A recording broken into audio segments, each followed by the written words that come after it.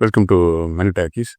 தலைவர் தம்பி தலைமையில் இது இந்த படம் நம்ம ரிலீஸ் ஆனப்போ தான் தெரியும் உங்களுக்கு.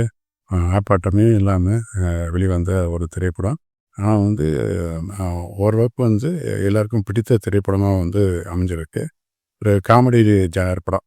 ஜீவாவுக்கு நீண்ட நாட்கள் பிறகு ஒரு நல்லதொரு பிரேக் கொடுத்துருக்கு. எனக்கு தனிப்பட்ட முறையில் ஜீவாவுடைய நடிப்பு ரொம்பவும் பிடிக்கும். அதனால் இந்த படத்தை பார்த்து ரொம்ப அதாவது ரொம்பவும் எக்ஸ்பெக்டேஷன் இருக்குன்னு சொன்னாங்க. பட் அந்த அளவுக்கு இல்லைன்னா கூட ஓரளவுக்கு ஒரு தரமான படம்னு உறுதியாக சொல்லலாம். டைரக்டர் நிதிஷ் சகாதேவ். அவர் மலையாள டைரக்டர். ஏற்கனவே ஃபேமிலின்னு சொல்லிட்டு ஒரு படம் 2022 பண்ணி அது இப்போ நல்ல சக்ஸஸ் ஆச்சு. தமிழில் இது அவருக்கு முதல் திரைப்படம். அந்த இந்த படத்துடைய கதை அமைப்பு அந்த களம் ரொம்ப புதுசாக இருந்துச்சு உங்களுக்கு.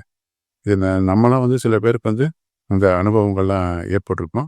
என்னன்னா அந்த தம்பி ராமையாவும் இளவரசும் பக்கத்து வீட்டில் இருக்காங்க. இளவரசுடைய பொண்ணுக்கு மறுநாள் காலையில் 10 மணிக்கு கல்யாணம் ஃபிக்ஸ் பண்ணியிருக்காரு. அவர் சொந்த வீட்டில் தான் கல்யாணம் பண்ணணும்னு சொல்லிட்டு அவர் விருப்பப்படுறாரு. பக்கத்து வீட்டில் தம்பியருடைய எதிரி. முன்னாடி ரொம்ப ஃப்ரெண்ட்ஷிப்பாக இருந்த ஒரு குடும்பம். இப்போ ரொம்ப பகைமை கொண்டு தெரியுறாங்க. இப்போ தம்பி ராமையா வீட்டில் வயசானவர் இருக்கார். ஒரு ரொம்ப படுத்து படுக்கையாக ரொம்ப வருஷமாக. கரெக்டாக நாள் அவங்க கல்யாணம் நடக்கிற முதல் நாள் இவர் இறந்து போயிடுறாரு. அவருக்கு தன்னுடைய அப்பா நல்லா சிறப்பாக இறுதி ஒரு விழா நடத்தி கொண்டு போகணும்னு ஆசை. அப்படி ஒரு ஆசை இருந்தாலும் பக்கத்து விட்டு அந்த இளவரசு குடும்பத்துக்கு புடசில் கொடுக்கணுங்கிறது அவருடைய ஒரு தீய எண்ணம். இப்போது இதுக்கடையில் ஜீவா இந்த ஊர் பிரசிடெண்ட்டு. அவர் இந்த 2 குடும்பத்துக்கு ரொம்ப ஃப்ரெண்ட்ஷிப்பாக இருக்கிறவர்.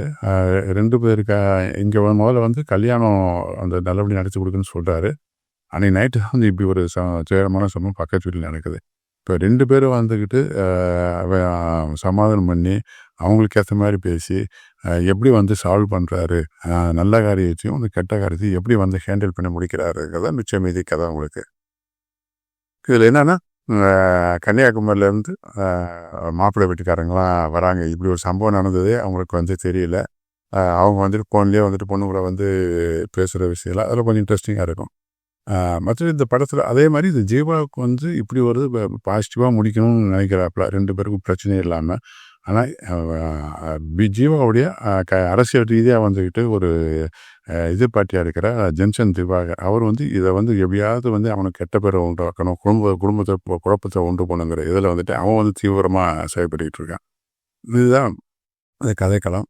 இதில் என்னென்னா நம்ம ஒரு விஷயம் முக்கியம் தெரிஞ்சுக்கலாம்னா மனிதருக்குடைய அந்த போட்டி பொறாமை ஈகோங்கிற விஷயத்தினால எவ்வளோ பிரச்சனையை உண்டு பண்ணுறது இதில் அவர் இன்டைரக்டாக அழகாகவே டைரக்டர் சொல்லியிருக்காரு. அவசியம் பார்க்க வேண்டிய திரைப்படம் உங்களுக்கு. ஃபர்ஸ்ட் ஹாஃப் சுமாராக தான் இருக்குது. செகண்ட் ஹாஃப் ரொம்ப இன்ட்ரெஸ்டிங்காக பண்ணியிருக்காங்க. இதில் என்னென்னா இந்த படத்தை இன்னும் கூட சுவாரஸ்யப்படுத்திருக்கலாங்கிறத என்னன்னு மற்றபடி ஓரளவுக்கு எல்லாருமே ஃபேமிலியோடு பார்க்க வேண்டிய ஒரு நல்ல படம் தான் இது. தலைவர் தம்பி தலைமையில். ஓகே ஃப்ரெண்ட்ஸ், சேனலை மறக்காமல் சப்ஸ்கிரைப் பண்ணுங்கள். நன்றி, வணக்கம். We'll be